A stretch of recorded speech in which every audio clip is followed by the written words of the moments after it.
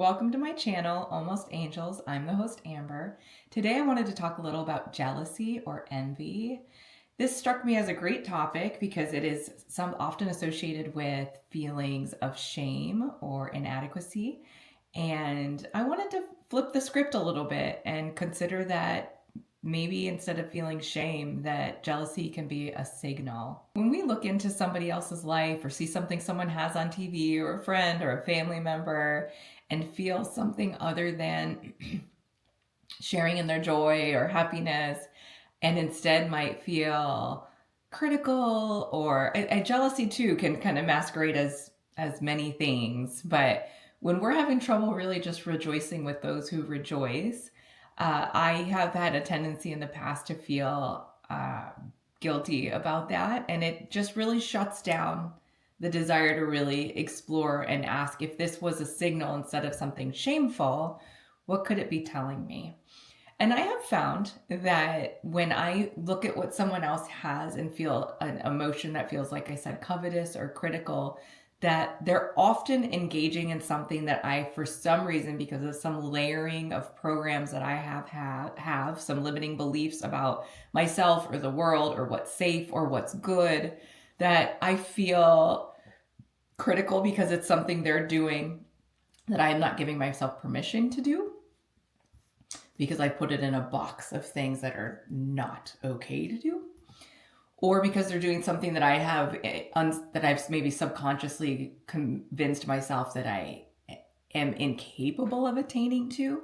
So maybe I'm well aware that, wow, I would like that, but I can't have that. And then behind that might be the excuses that I've been telling myself of why, because I don't have the time, because of my job, because of my spouse, right? Like there can be a number of sort of excuses that we bring on board to explain away why we can't ever have what this other person has that we want. In episode 3 of this podcast, I talked about self-sabotage a bit. And one of the ways that can show up for me is playing it small.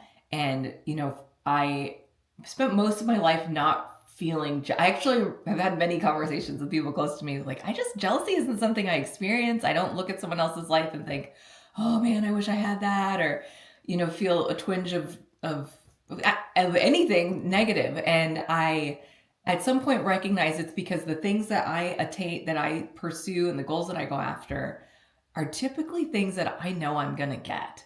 And I know I'm going to get them because I've built my life in this sort of risk-averse way. And as I'm starting to remove the layers of the things that I haven't even dared to dream about, all of a sudden there is this new emotion coming online where, like, maybe I could have that, And so when I see people doing it, I will feel a little like, man, like, what do they have that I don't have? Or, if I didn't have kids, whatever my excuse is. But I've been able to sort of unpack these things because I'm looking again at my envy, at that little twinge of jealousy that I have, as a signal and not shameful. And the signal is often telling me that, oh, this is something that I'm likely meant to have, or that it's a desire of my soul, and that is okay.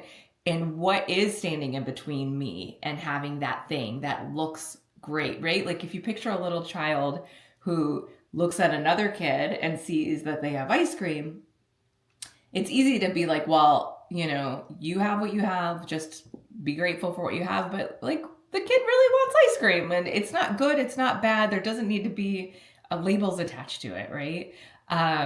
But it's just information, and it's just good to know. Maybe next time we come to this restaurant, don't get the cake for dessert, get the ice cream, right? Like if we can remove the shame, we can think about maybe it's not the season for you, right? But keep it in the recesses of your mind that for some reason that looked kind of good to you, or that triggered like an interesting emotion in you, and allow yourself to peel back the layers of what it may mean. And this goes for parenting too, right? Like it's easy to kind of, I don't want to overuse the word gaslight, but it's easy for our children to desire something and for us to feel kind of triggered. Well, look at what I've already done for you, little Johnny. Look at all the things I've given you. Well, I just got you this and now you want that. that's where our shame cycle begins with quote unquote jealousy or envy, right? We can have that put on us by those around us.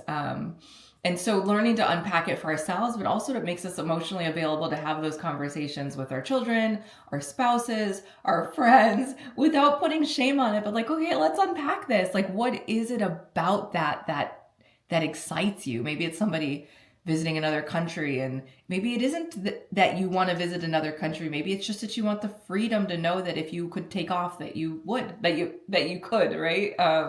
So what if jealousy could not mean that you're ungrateful, but it's just the beginning of you being honest that you want more, and that's okay. It's okay to want more. It's okay to also just feel like what we've done in our current season, that we're done doing it, and maybe this is in the next season or 2 to 3 seasons from now, and maybe envy is the beginning of that information for us, of the next path that we're meant to be on. So the next time that you feel envy or jealousy bubbling up in you, I encourage you to try this. Pause, get curious, ask yourself, what might be showing up for me in this area, and how can I show up for myself to allow this to be explored even deeper?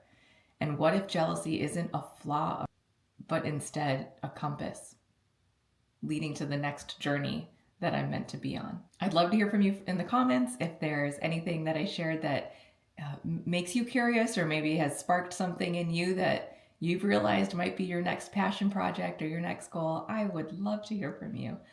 Until next time, thanks for tuning in.